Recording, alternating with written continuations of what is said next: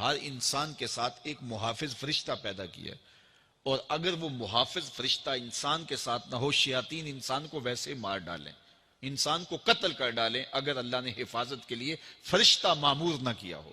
یہ انسان کے دشمن ہیں، اور انسان کو شیاطین راہ مستقیم سے ہٹانے کے لیے دن رات کوشاں ہیں۔ پھر یہ اتنا مکار دشمن ہے، ہر ایک کو ایک لاٹھی سے نہیں ہانکتا، اسے پتہ ہے کہ کس کو کیسے بھٹکانا ہے۔ ایک شب زندہ دار جس کو سحری کے وقت اٹھ کے آنسو بہانے کا لطف ملتا ہے، اب شیطان اس کو کہے کہ سحری کے وقت اٹھا نہ کر، تو وہ شب زندہ دار جب اس کے آنسو مسلح میں جذب ہوتے ہیں اور وہ اترتے ہوئے آنکھوں سے آنسو اتنی لذت اسے دیتے ہیں کہ دنیا ما فیہا کی لذتیں ایک طرف اور یاد خدا میں رونا ایک طرف۔ اب شیطان کسی کو کہے کہ سحری کے وقت اٹھا نہ کر، تو کوئی شیطان کی یہ بات تھوڑی مانے گا، تو شیطان اسے یہ کہتا بھی نہیں ہے، اسے کہتا ہے نہیں اٹھا کر، لیکن صبح بتا دیا کر کے میں تہجد گزار ہوں، اسے ریا میں مبتلا کرے گا۔ ایک شخص جس کی طبع میں فیاضی گندی ہوئی ہے، اب شیطان اس کو کہے کہ تو سخاوت نہ کیا کر، بخل کا درس دے، تو طبعاً جو سخی شخص ہے، جس کی فطرت کے اندر فیاضی ہے، تو وہ شیطان کی اس بات کو تو نہیں مانے گا۔ شیطان اسے یہ کہتا بھی نہیں کہ تو بخل کر، اسے فضول خرچی کی طرف لگا دے گا، اسے ان کاموں میں خرچ کرنے کی ترغیب دے گا جس کا اس کو اور معاشرے کو کوئی فائدہ نہیں ہوگا۔ اس لیے شیطان رخ بدلتا ہے۔ ایک شاعر جس کی طبع کے اندر لطافت ہے، نرمی ہے، محبت ہے، اب شیطان اس کو کہے کہ فلاں کو قتل کر دے، تو شاعر تو شاخ سے پھول بھی نہیں توڑ سکتا، تو پھر وہ کسی کا سر کاٹ دے، یہ کیسے ممکن ہو سکتا ہے؟ شیطان ایک شاعر کو یہ کہتا بھی نہیں، اسے وہ شراب اور شباب کے پیچھے لگا دیتا ہے۔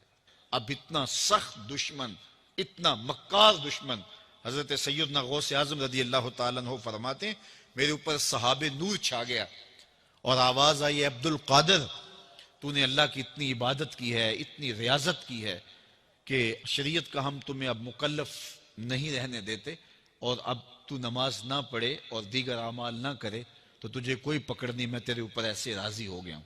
تو ایسے بادل سے آواز آئی، کہتے مان میرے دل میں خیال آیا کہ اگر عبادت کا مکلف نہ ہونا ہوتا تو امام الانبیاء صلی اللہ علیہ وسلم سے بڑھ کر کون اللہ کا مقرب تھا۔ حتی تتورم قدمہ، حضور جب نماز پڑھتے اور اس قدر لمبا قیام کرتے حضور کے مبارک پاؤں سوج جاتے، لیکن ان کو تو کہا گیا وَعْبُدْ رَبَّكَ حَتَّى يَأْتِيَكَ الْيَقِينُ، انہیں تو کہا گیا کہ آخری سانس تک اللہ کی عبادت کرنی ہے، تو میں کون ہوں کہ مجھے کہا جائے کہ تو اب عبادات کا مکلف نہیں رہا، کوئی بات نہیں ہے۔ تو کہتے ہیں میں لا حول ولا قوت الا باللہ پڑھا تو وہ جو مجھے نور نظر آ رہا تھا وہ سیاہی میں بدل گیا۔ تو وہ ابلیس تھا جو اس رنگ میں مجھے بھٹکانا چاہتا تھا، کہا عبد القادر اس مرتبے پہ پہنچے ہوئے کتنے لوگوں کو میں نے گمراہ کر دیا، تیرے علم نے تجھے بچا لیا۔ تو میں نے کہا ظالم میرے علم نے مجھے نہیں بچایا، میرے اللہ کے فضل نے بچایا۔ تو کہا پھر بچ گیا ہے، کئی میں نے یوں لوٹ لیے۔ تو اتنا مکار دشمن ہو جو ہمارے اوپر مسلط ہے اور دن رات کوشاں ہے ہماری متاع عمل لوٹنے کے لیے، متاع ایمان لوٹنے کے لیے، تو پھر مجھے بتاؤ کہ ہم کیا غافل ہو کے بیٹھیں گے؟ ایسے ناپاک وجود کا مقابلہ کوئی آسان ہے جو ہماری متاع عمل لوٹتا ہے، متاع ایمان لوٹتا ہے، ہمیں عمل کرنے نہیں دیتا، کریں تو وسواس ڈال رہا ہوتا ہے، کرنے تو ریا میں اور تکبر میں مبتلا کر کے، عجب میں مبتلا کر کے کیا ہوا عمل بھی لوٹ لیتا ہے۔ مجھے بتاؤ یہ کوئی جو ہے وہ سوکھا کام ہے کہ ہم مقابلہ کریں؟ اب ماہ سیام میں روزے سے بھوک بھی کاٹتے ہیں اور قرآن مجید کی تلاوت اور دیگر معمولات کے لیے ہمیں تنہائی بھی میسر آتی ہے، اور اسی طرح ہمیں روزے سے جو ہے وہ اپنی زبان کو کنٹرول کرنے کا درس بھی ملتا ہے۔ تو روزہ تمہاری زبان کا محافظ بن جاتا ہے، پھر روزہ تمہاری شہوات کے کنٹرول کا ذریعہ بن جاتا ہے، اور روزہ تنہائی کی وجہ سے اختلاط سے جو خرابیاں پیدا ہوتی ہیں ان سے تمہیں بچا لیتا ہے۔ تو گویا ماہ سیام اللہ تعالیٰ کی رحمتوں کا ایک روپ ہے، اور یہ ایک مہینے کا تربیتی کورس ہے جس کے ذریعے سے ہم اپنے باطن کی صفائی کر سکتے ہیں اور اندر کی غلاستیں، اندر کے میل کچیل مٹا سکتے ہیں۔ ارشاد فرمایا جو اللہ سے ڈرے اللہ اس کے لیے راستے کھول دیتا ہے، اور اللہ اس کو وہاں سے دیتا ہے جہاں سے اسے گمان بھی نہیں ہوتا۔ وَمَن يَتَوَكَّلْ عَلَى اللَّهِ فَهُوَ حَسْبُهُ، اور جو اللہ پر بھروسہ کرے اللہ اس کے لیے کافی ہو جاتا ہے، اس کی ضروریات کا وہ خود کفیل ہوتا ہے، اور اس کے کام اس کے ذمہ کرم پہ ہوتے ہیں، کو ہو کے دیکھے اس کا۔ تو جو اللہ سے ڈرے اللہ اس کے لیے راستے بناتا ہے۔ حضرت عوف بن مالک رضی اللہ تعالی عنہ الاشجعی حضور کی خدمت میں حاضر ہوئے اور عرض گزار ہوئے کہ میرا بیٹا سالم مشرکین کی قید میں ہے اور میں فاقوں کی حالت میں ہوں۔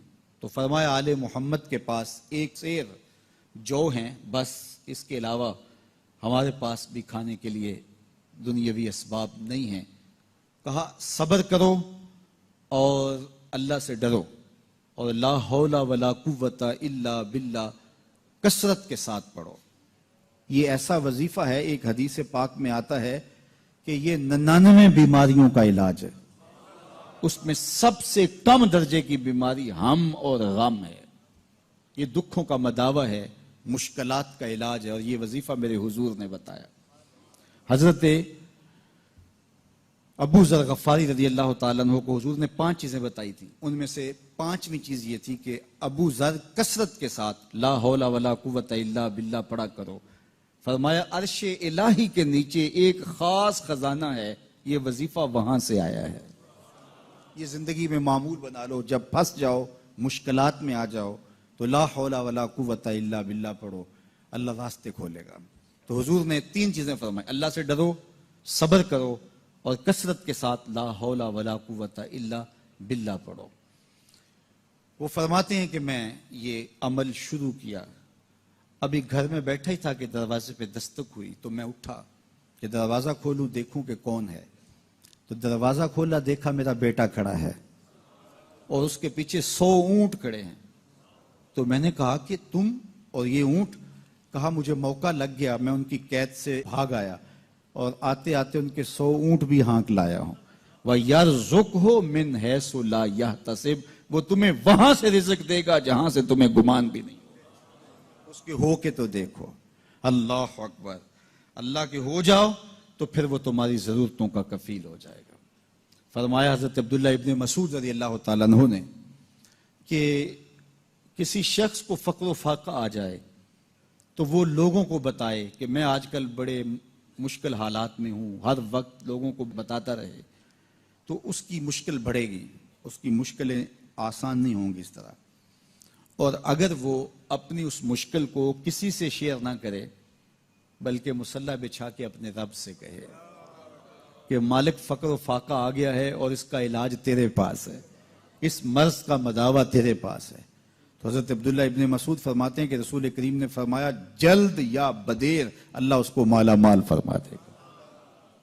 یہ بھی کبھی کر کے دیکھو، مشکل آ جائے، فاقہ آ جائے، مصیبت آ جائے، کسی سے نہ کہو، صرف اپنے رب سے کہو، پھر دیکھنا اس کی کرم نوازیوں کا می کیسے برستا ہے۔ فرمایا اللہ پر بھروسہ کرنے کا جو حق ہے اگر وہ تم ادا کر دو، وہ تمہیں ایسے رزق عطا کرے جیسے پرندوں کو عطا کرتا ہے۔ ہم تو دکان پہ جانا ہوتا ہے، فیکٹری میں جانا ہوتا ہے، ہم اپنے کاروبار پہ جانا ہوتا ہے، نوکری پہ جانا ہوتا ہے، مزدوری پہ جانا ہوتا ہے، ہمیں پتہ ہے کہاں آج صبح جانا ہے، لیکن پرندوں کو کوئی پتہ نہیں ہوتا کہاں جانا ہے، راس المال بھی نہیں ہوتا، لیکن صبح نکلتے ہیں، شام کو کبھی بھی خالی پیٹ نہیں آئے۔ بن توکل پنچھی اڑ دے، خرچ نہ پلے زیرا ہو۔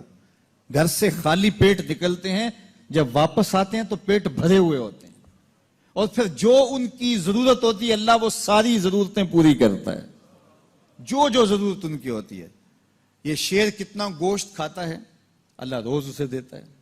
یہ ہنس روزانہ سچے موتی کھاتے ہیں، اور آپ مارکیٹ میں لینے جائیں لاکھوں روپے لگا کے تولے ماشے کے حساب سے آپ خریدتے ہیں، پھر بھی آپ کو یقین نہیں ہوتا کہ یہ سچے ہیں یا 2 نمبر ہیں۔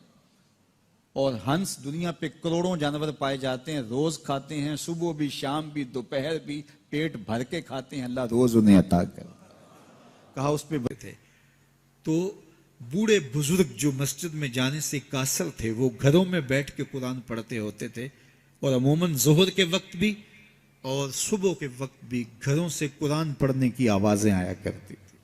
آج گھروں سے پاپ میوزک کی صدائیں سننے کو تو ملیں گی، لیکن قرآن کے نغمے موقوف ہو گئے. یہی وجہ ہے کہ آج ہمارے گھروں سے برکت روٹ گئی ہے. دولت کی فراوانی کے باوجود، وسائل کی کثرت کے باوجود، اسباب آسودگی حاصل ہونے کے باوجود نہ آسودگی ہے، نہ سکون ہے، نہ طمانینت ہے، نہ برکت رہی، اس لیے کہ ہمارے گھروں سے قرآن رخصت ہو گیا.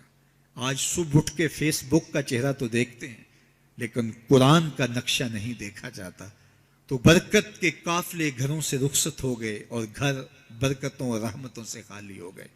آج بھی اگر ہم نے گھروں میں برکتوں کو واپس بلانا ہے، رحمتوں کو اپنے گھروں میں واپس لانا ہے، تو قرآن مجید کی تلاوت کو اپنے معمولات میں شامل کر لیجئے گا. پھر گھر میں آسیب کا سایہ نہیں ہوگا، ٹونا اور جادو نہیں ہوگا. پھر کسی بابے اور ملنگ کے پاس جا کر کے آپ کو اپنے مسائل نہیں بتانے پڑیں گے. آپ کے گھر میں قرآن ہے، سارے دکھوں کا علاج اسی مرشد کے پاس ہے. ساری مصیبتیں اور ساری مشکلیں اور سارے مصائب اسی قرآن کے دامن سے دور ہوتے ہیں اور اسی قرآن سے وابستگی سے گھر میں برکتیں اترتی ہیں. پھر آپ کو نہ آسیب، نہ جادو، نہ ٹونا، اور نہ کسی نے کوئی بندش کی ہے، نہ کسی نے کوئی مسئلہ کیا ہے، کچھ نہیں ہوگا. آپ کے گھروں پہ رحمتوں کے سائے ہوں گے، اس لیے کہ آپ کے گھروں میں قرآن جب تلاوت ہوگی تو رحمتوں کے فرشتوں کا نزول ہوگا. تو جب رحمتوں کے فرشتے تمہارے گھر میں اتریں گے تو پھر کوئی مصیبت، کوئی پریشانی، کوئی بندش، کوئی دکھ آپ کے گھروں میں نہیں ہوگا. اس لیے قرآن مجید کی تلاوت کو اپنے معمولات زندگی میں شامل کیجئے.